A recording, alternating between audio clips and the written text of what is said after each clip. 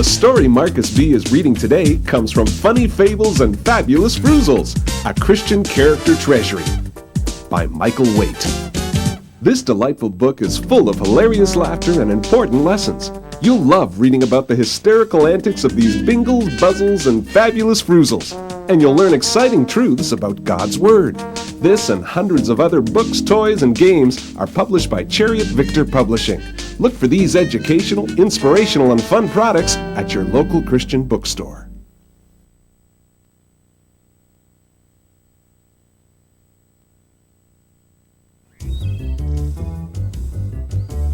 Oh, my. I don't believe it. A bird wakes up from a good night's sleep in a tree, and what does he find? Garbage, litter, trash, and piles of junk left everywhere. What's this neighborhood coming to? Hi, Tookee. Who are you talking to? Oh, myself, I guess. Are you okay? Do I look okay? Just look at this mess. Well, maybe you've got a fever. Let's see. Say ah. Everything looks pretty good down here. You know, maybe I should check your temperature. Here, I'm going to put a thermometer under your tongue. Okay. Now, this will just take a minute. You know, it's strange at all. Hey, look at all this garbage lying all over the place. What a mess. You know, Tookee, you should really learn to clean up after yourself. Okay, I think I can look now. I didn't make this mess around here. Isn't that strange? Your temperature is completely normal. I just woke up this morning. Don't worry, Tookee. I'll call the doctor right away and everything will be just fine. You'll feel so much better. Janet. Yes, Tookee? You're not listening. I feel fine, really.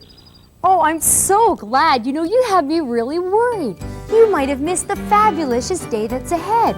We're going to learn all about taking care of the earth and all of the creatures that God has made. You know, I was just going to look for Nat and Kyle and Jessica. See you later, Tookee. Good idea. Maybe they can help solve my mystery. Someone's been dumping this trash everywhere, and old Tookee is gonna find out who.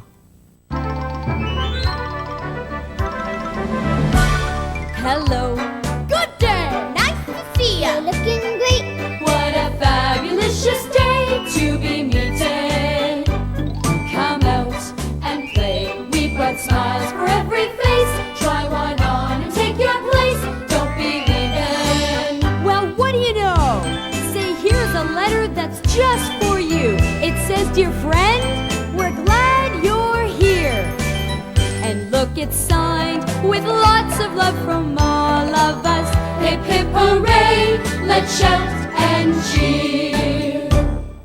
Fabulicious, glad you're with us, fabulicious day. Fabulicious, glad you're with us, fabulicious day. Fabulicious, glad you're with us, fabulicious day. We hope you'll stay, join the fun, don't go away. Glad you're with us, fabulicious day.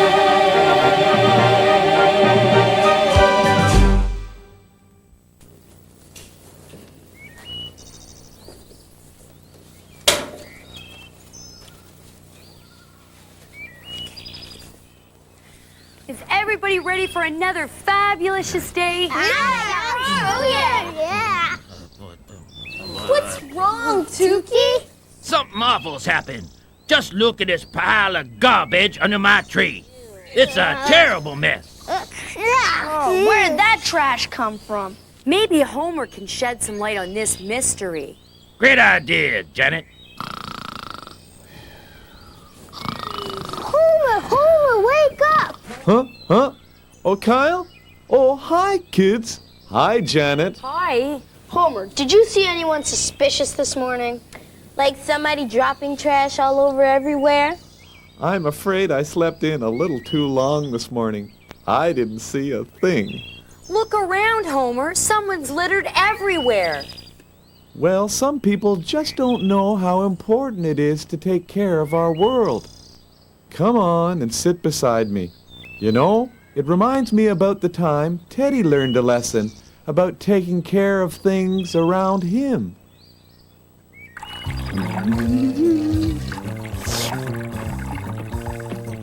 Teddy, come back.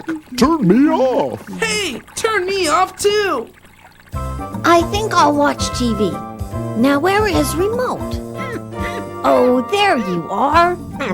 Oh, thank you very much. I could hardly breathe. Now let's see what's on.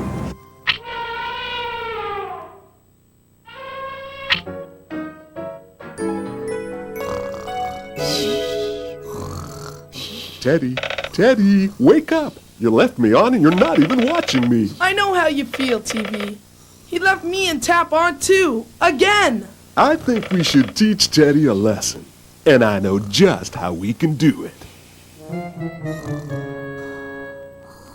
Oh, I must have fallen asleep. Why is it so dark everywhere? That's strange. This light isn't working. TV, what's happened to you? You forgot to turn things off. You were wasteful with energy, and now it's all run out. You mean it's all gone? There's no more energy to make light? That's right.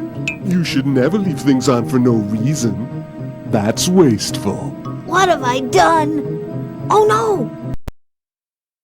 I left Tap running in the kitchen. There's no more light, and now there's no more water. Come on, Tap. We need your water. Come back, please. Tap, you're working. Wow. I'll never leave you running like that again. I'm not gonna waste water or energy anymore.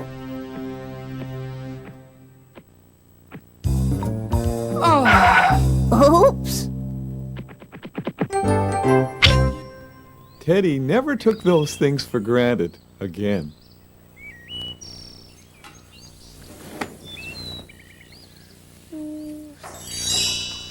Hey guys, we've got mail. I'll check. Oh, someone ate an orange. Whoa, we got lots of junk mail, but we got a postcard. Hey, this one comes all the way from Africa. It's from our friend Samwell. He lives in Kenya.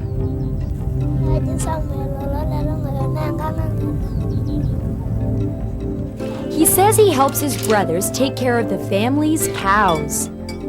The cows get to stay in the very center of the village in a place called the Bomo. A pile of branches are put outside the gate every night. It means Samwell's father is watching over his village. Cows are very important. One cow can feed Samwell's family for a whole year. The place where Samwell lives is called Majimoto, which means hot water. It's named after hot springs that come right out of the ground.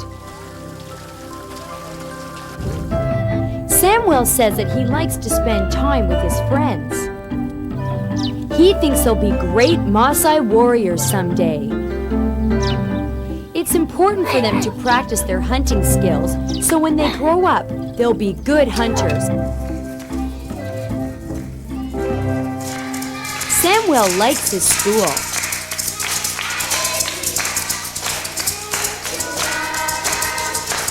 Each day there begins with singing, loud singing.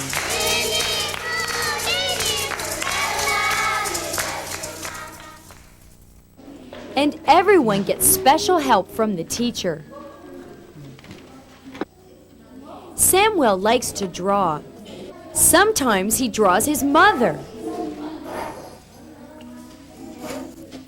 When school's over, it's time for some fun. Since the cows are out in the field during the day, Samwell and his friends get to play in the Bomo. Red Rover's their favorite game.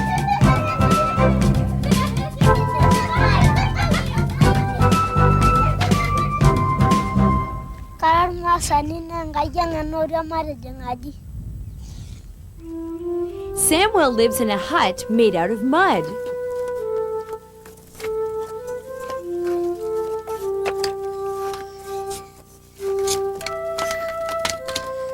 There's a fireplace right in the center of his home. His family cooks dinner on it, and it also keeps them warm at night. Samwell is proud of his chair. It's the one thing that belongs just to him. Bye, Sam! Samwell would be no stranger to the animal my guessing game today. Do you want to play what kind of animal? Yeah! And after that, we better clean up this mess. Yeah. Great. I'll give you the clues, and you try to decide what kind of animal it is. Remember, when Talk the Clock's hands go all the way around in a circle, your time is up. Are you ready? Yeah! Great. Our mystery animal is good at jumping, and he has a long tongue. That's a great guess. This animal also has a long neck and long eyelashes.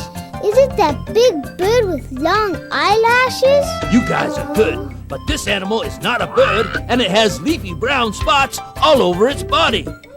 Wait, I know, it's a giraffe. You guessed it. Wow, he sure is tall. Giraffes are the tallest animals in the world, but they're also very gentle. Look at the funny way he walks. That's because giraffes walk moving both legs on one side of their body at the same time. First one side, then the other.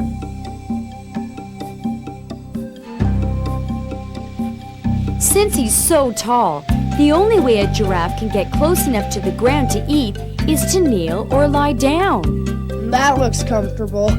You probably wouldn't like his food either. He eats grass, leaves, and sometimes even twigs. Giraffes can see really well, and they can hear well too. Are those antlers? Yes, they are.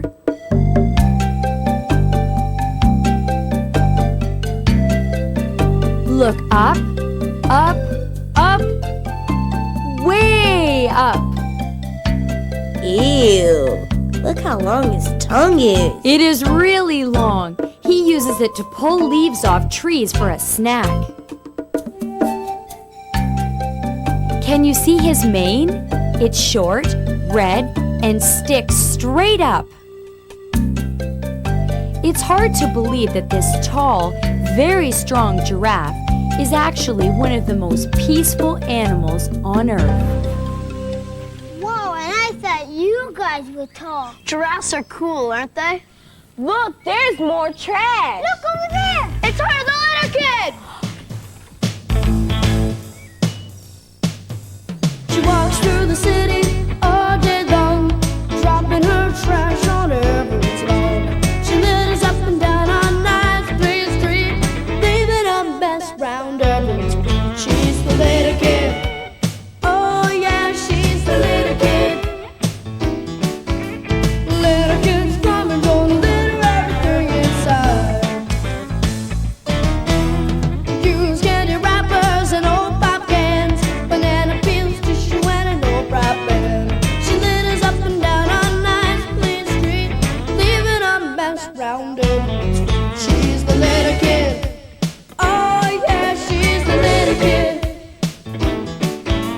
Little kid's coming, gonna litter everything inside. Oh, that little kid.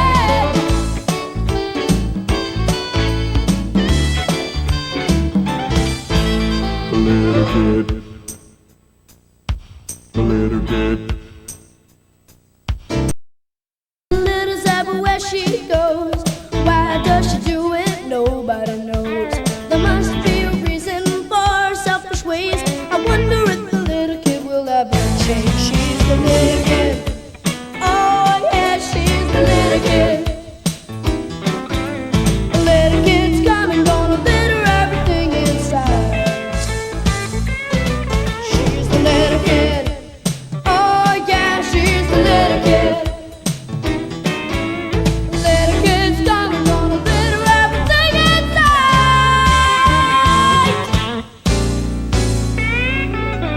Why are you trashing our street? Yeah, what's the big deal with making such a mess? Yeah! Don't you know that littering is wrong? What's the big deal? Litter's not so bad. My mother litters, my father litters. My grandmother littered. Even my great-grandfather littered. Litter's in our blood. Litter's my life. Yeah, but litter's ugly. And someone else has to pick it up. Besides, it can hurt living things. Growing up in my homeland, we were always taught to care for our world. Here, let me tell you about it. Pops grew up in the forest, and he always took special care and had respect for the world around him. Hi, Pops. Hi, Pops. What are you doing? Hello, Pokum. Hello, Keena. I'm planting little trees. Why, Pops? Can't they grow on their own? Well, usually they can. But I had to move these little fellows. I found them this nice spot here for their new home. The soil is rich, and they'll get plenty of sun. Is it really that important, Pops? After all, there are lots of trees in the forest. It's very important. We need trees. They provide food and shelter for many animals and help keep the air that we breathe clean and pure. Can you imagine our kingdom without the trees and the flowers? It would be a dark, lonely place. And where would all our friends in the forest live? What would they eat? And where would they make their homes? I see what you mean, Pops. In taking care of these little trees, we are also helping all of our forest friends. You're right, Pops. It's good to take care of the trees and all the living things in the forest. Can we help you plant some baby trees? Certainly, Keena. Why don't you get your watering can and give the ones I've just planted a drink? Oh, and at Pokum, you can plant these little trees over there. Okay, Pops. I'll be happy to. I'll be right back with some nice fresh water. You know, Pops, if the forest could talk, it would probably be saying a great big thank you. I think you're right, Pokum. But it's thanks enough just to know we can enjoy its wonder and beauty.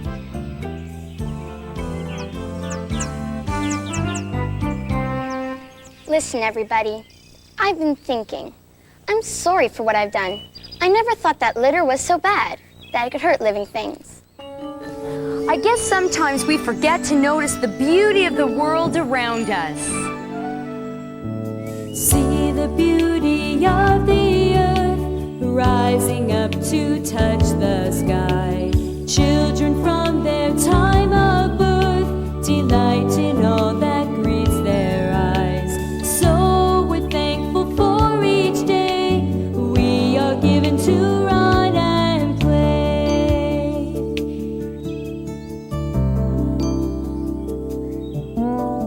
For the beauty of each hour of the day and of the night, hills and valleys, trees and flowers, sun and moon and stars of night. Thankful for each precious day we are given to run and play. Let nature remind us how precious life must be, and that we all are part of life's amazing symphony. As to the earth a seed falls, then rain to make it grow. As sun brings life and flowers bloom, each day we too can grow. We can grow to see that life itself and all this beauty that we see is more than just a precious gift. It's our responsibility, and we've each a part to play to make tomorrow a brand new day.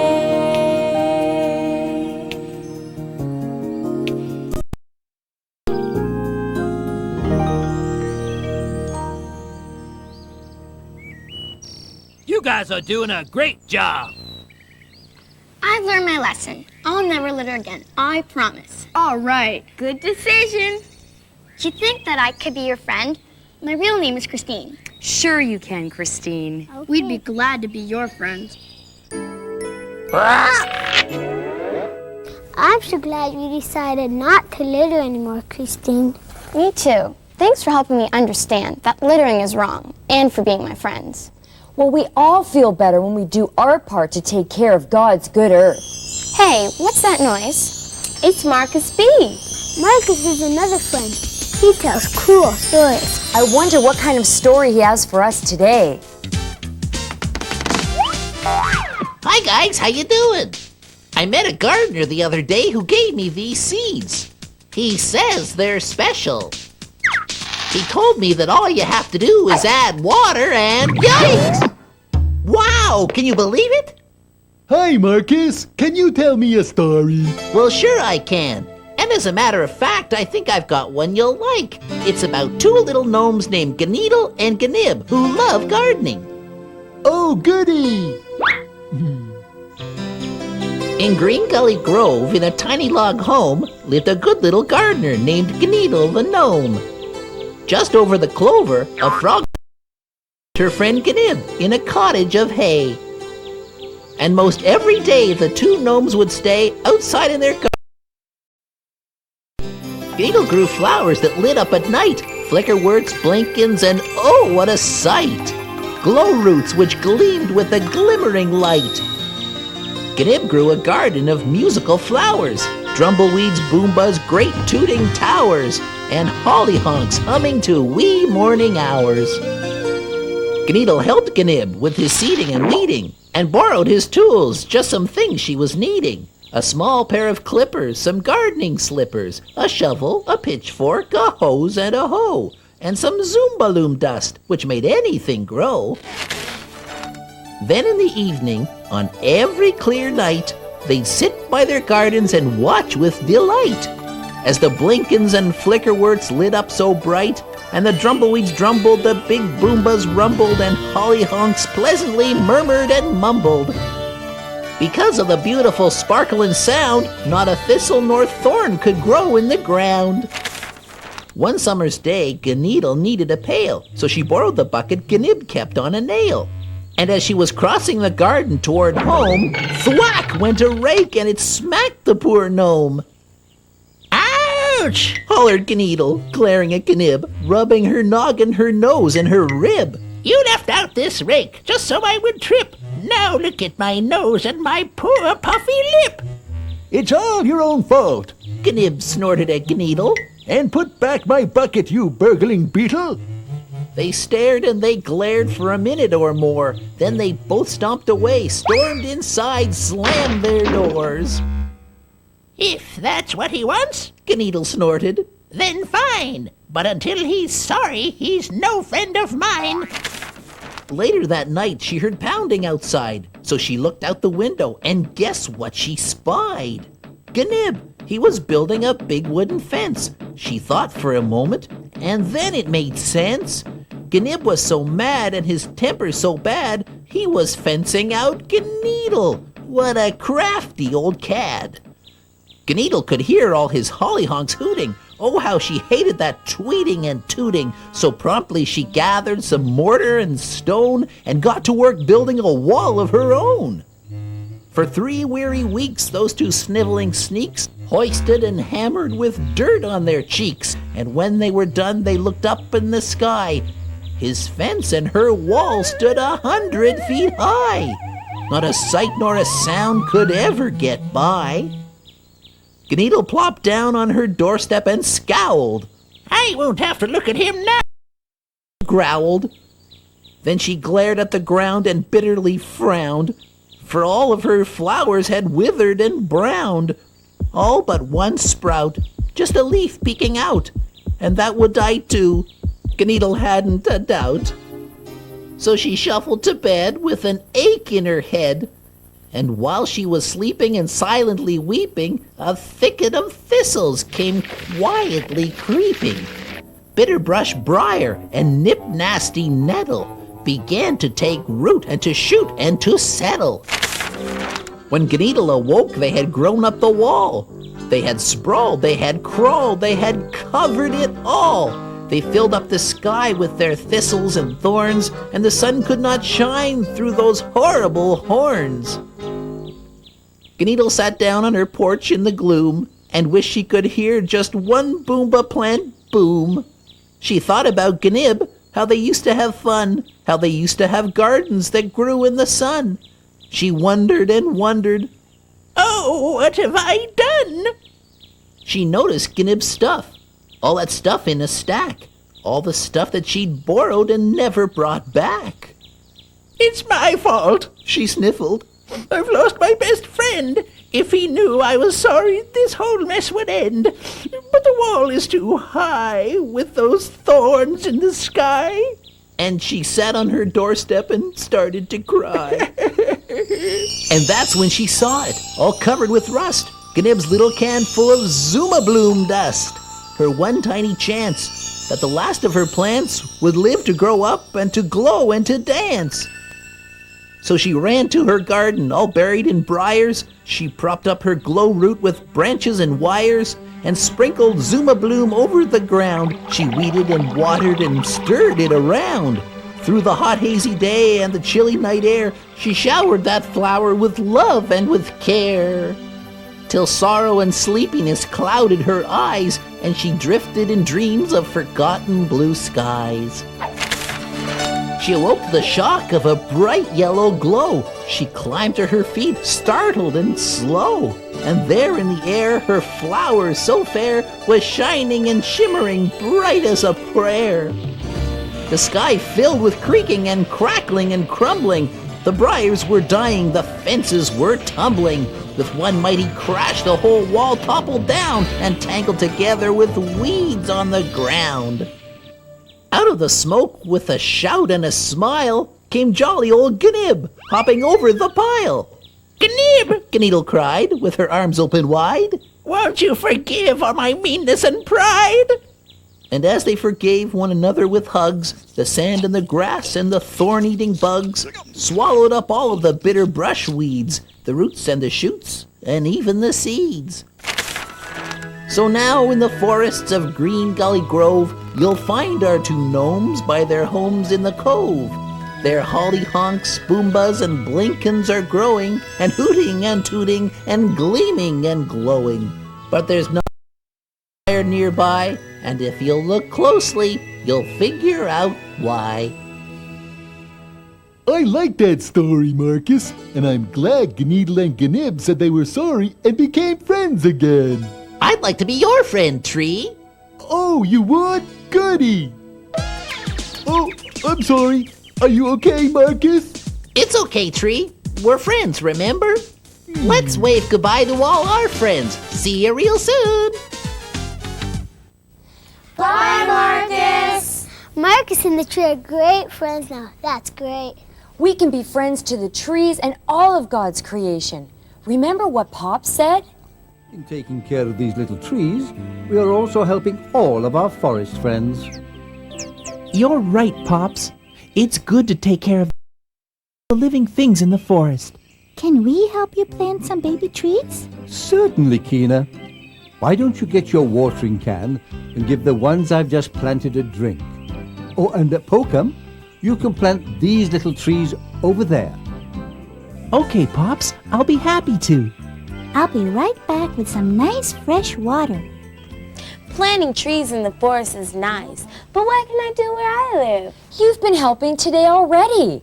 I have? Sure, Nat, Kyle, Christine, all of you are helping pick up the litter. That's taking care of God's creation too. And don't forget recycling, Janet. Cleaning your room, too. Hey, look everybody! Marcus has left us a clue with today's special Bible verse. Christine, would you read it for us? Look beyond the book of Job to read what God has done.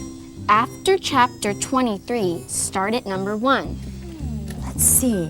Look beyond the book of Job. What's the book that follows Job? I've got it, the book of Psalms, written by King David. Good for you, Jess. Now, what's the chapter that follows 23? 23. 24! 24. Okay, here it is. Psalm 24, starting at verse 1. The earth is the Lord's, and everything created. Oh, I get it. The earth belongs to God because, well, He created it. And it's our job to take care of it. I'm supposed to take care of my room. That's right, Kyle. It's our job to take care of God's good earth, and He is pleased when we do. Hey, what about me? We haven't forgotten about you, Tookee. You're part of God's creation, too. And I want to stay that way. It's up to everyone to do their part. The earth is the Lord's and everything He has created. Right on. It's been a fabulicious day, a time to love and learn and play. We sure are happy that you all could come along. Until next time, be kind and true. Remember most that God loves you. The earth is the Lord's and everything He has created. See you soon for another